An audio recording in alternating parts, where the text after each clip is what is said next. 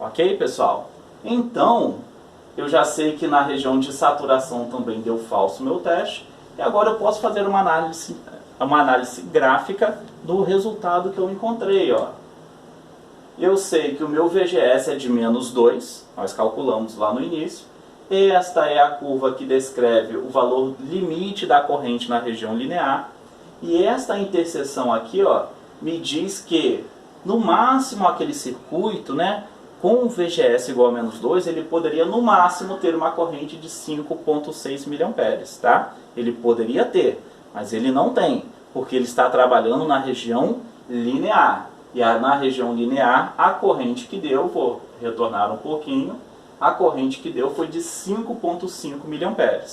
Notem que aquela continha que eu fiz ali, que saiu no gráfico, é este valor de corrente aqui do teste da região de saturação. Ele diz que para estar na região de saturação, a corrente deveria ser de 5,6, que é este valor máximo que pode atingir. Porém, ele está um pouquinho abaixo, ele está na região linear. Ok? Então, este é o exercício de polarização fixa. Tá? E a autopolarização? Bem, a autopolarização, né, um circuito de autopolarização, eu não teria aquela fonte aqui dedicada a polarizar o gate.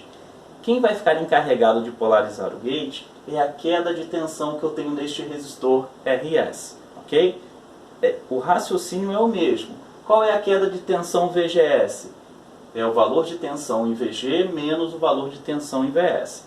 Só lembrando aqui que eu não tenho nenhuma corrente aqui. Ó. Minha corrente IG aqui é zero.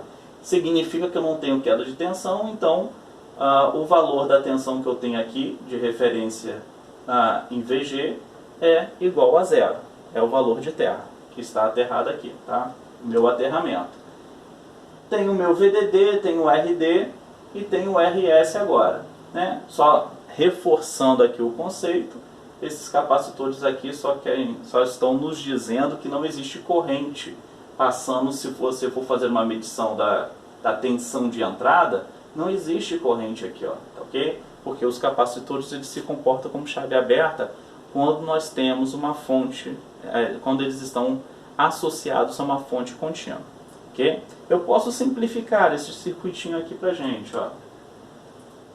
Nessa simplificação desse nosso circuito, ó, VGS é igual a VG menos VS, sendo que o meu VG eu já sei que é zero, então o meu VGS é igual a menos VS. E quem é a tensão neste resistor RS? É a corrente D, que passa por ele, multiplicado pelo valor de resistência RS. Ok? Circuitinho simplificado. Esta corrente aqui é nula, só lembrando para vocês, não existe corrente IG. E aí nós poderemos fazer os nossos testes. Se estiver na região de saturação, nós iremos utilizar a equação 6.16. Notem que ele já substituiu aqui, ó. A equação é ID igual a IDS multiplicado por 1 menos VGS sobre VP. Ele já substituiu o VGS por menos RSID. E aí ele pode fazer o que? Isso daqui é uma equação quadrática, né? Vai me dar no final também uma equação quadrática em função de ID. Você separa os termos para encontrar a sua solução. Aqui ele só disse que existe uma constante 1 aqui relacionada a ID e uma constante 2 aqui, que é a constante linear. Se vocês fizerem a expansão desta equaçãozinha aqui, vocês irão encontrar essas constantes, tá ok? Está em função de DSS, RS e VP aqui, ok? E aí, a mesma coisa, né? Como o meu valor de VGS ele começa do zero, mas por que o VGS começa do zero? Ele pode começar do zero. Porque o VGS é menos RS vezes ID. Se o meu ID for zero, VGS igual a zero, ok? Então, eu tenho um valor de VGS inicial que é zero, e para um dado valor de ID, eu vou ter um valor de VGS, tá? Então eu posso traçar uma reta para fazer esta comparação. E aí eu posso comparar com a equação quadrática da saturação, que é a equação de Chokli, e a interseção entre a reta e esta curva vai me dar o valor máximo de corrente que eu posso ter de operação, ok? Só lembrando para vocês, nós teremos que fazer o teste para saber se está na região linear, se está na região de saturação ou se encontra no ponto de constrição, ou até mesmo a outra situação que é a região de corte, em que ele não viria a conduzir. Lembrando, né, para vocês que a região de corte se faz necessário que o VGS seja maior em intensidade que o VGS de corte, ok? Que é o valor de VP aqui que ele está nos dando como informação nestes exercícios. E aí faremos os testes na região de saturação e na região linear. Novamente, vamos utilizar essa tabelinha aqui como parâmetro. Exemplo, né? Nós temos aqui um aterramento em relação ao gate, nós temos aqui um resistor de 1 MΩ. Nós sabemos que como não passa a corrente ali, não existe queda de tensão, logo a tensão no ponto G igual a zero. Tenho aqui o meu RS igual a 1K, tenho o meu RD igual a 3.3K, tenho a minha fonte VDD igual a 20 volts. O valor máximo que este JFET tipo N pode permitir a passar pelo seu canal é de 8 mA. E o VGS de corte que ele está nos dando aqui como VP, que está associando como se fosse igual a VP, é igual a menos 6 volts. Significa o quê? Se eu colocar um valor de menos 6 volts de diferença de tensão VGS aqui, entre VG e VS, significa que ele corta o canal e eu não tenho corrente passando pelo meu circuito. Ok? Vamos resolver então essa questãozinha. Declaro as minhas variáveis, o valor de IDS, o valor de VP, o valor de RS, o valor de RD e o valor da minha fonte, VDD. Declarei ID como a variável que eu vou estar trabalhando. Meu VGS é menos RSD, logo eu terei então VGS igual a menos 1000 ID. É uma função que eu encontrei, que eu preciso ainda encontrar a solução para ela. E o meu VDS? O meu VDS, eu sei o valor de queda de tensão no JFET, vai ser a tensão da minha fonte, menos o valor de queda de tensão em RD e RS. Declarei, também será uma função de ID, ó. Quanto que vale VDS? 20 menos 4.300 ID. Vou fazer o teste na região linear. Novamente, né, vou utilizar esta equaçãozinha aqui, só fazendo aquele reforço para vocês, como o ID está desse lado da equação. Ele vem para este lado aqui negativo e eu igualo a zero para encontrar a solução. Ok?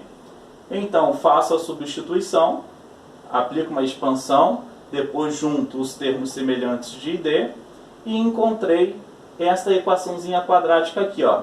19.780 dividido por 9D quadrado, 253 sobre 15 ID, menos 8 dividido por 225. Utilizei o comando para encontrar as raízes. Ele me deu uma solução onde eu tenho um complexo conjugado, né? São raízes imaginárias. A minha solução tem que ser uma raiz real, tá ok? A minha corrente é um valor real. Então já estou dispensando esta solução que ele me deu. Bem, se eu já sei que não está na região linear, vou fazer o teste na região de saturação. Declaro novamente o ID como simbólico. Por que eu estou declarando o ID como simbólico?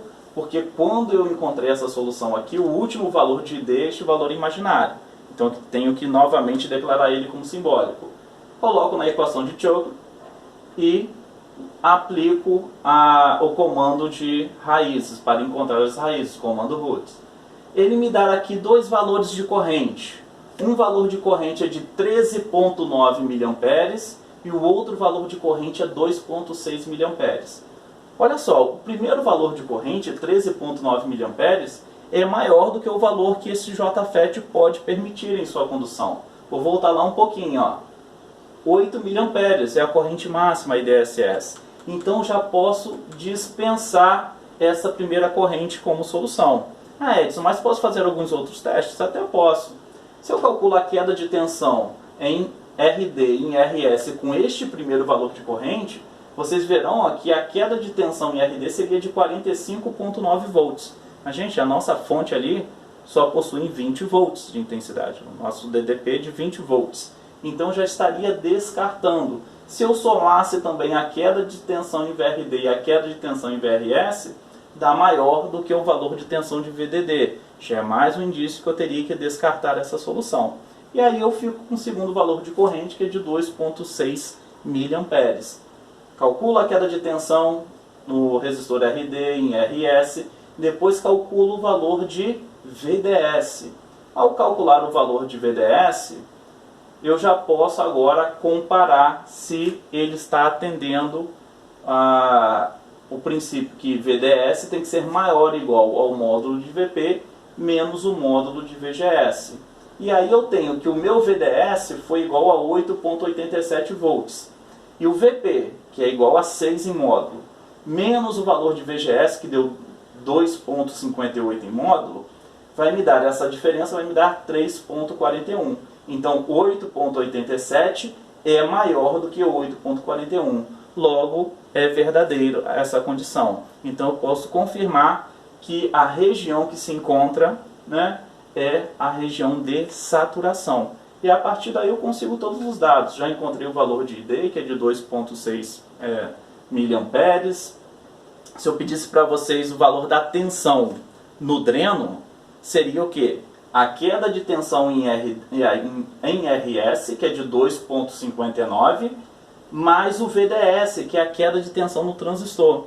Então, ó, o valor de tensão neste ponto aqui é a queda de tensão em RS mais a queda de tensão no JFET. Então, é a tensão VRS mais VDS, eu tenho a tensão neste ponto. Ou, se fosse ao contrário, 20 menos a queda de tensão em RD.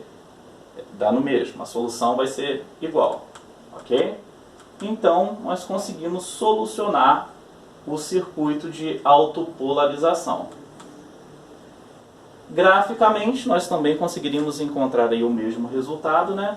Este aqui é o valor, né, da reta VGS, que é igual a 1000 vezes ID. Só lembrando que, na verdade, o nosso VGS é negativo, né? Menos 1000 vezes ID. Por isso que o ângulo aqui é maior que 90 graus e menor que 180. Ok? A equação de Shockley, né? E a interseção entre os dois vai me dar o valor máximo de corrente que ele estaria operando na saturação, no ponto, né? Na interseção entre a região linear e a saturação, ou na região de saturação por completo, que é o valor de 2,6 mA, ok? Então aqui é a nossa solução gráfica, ok?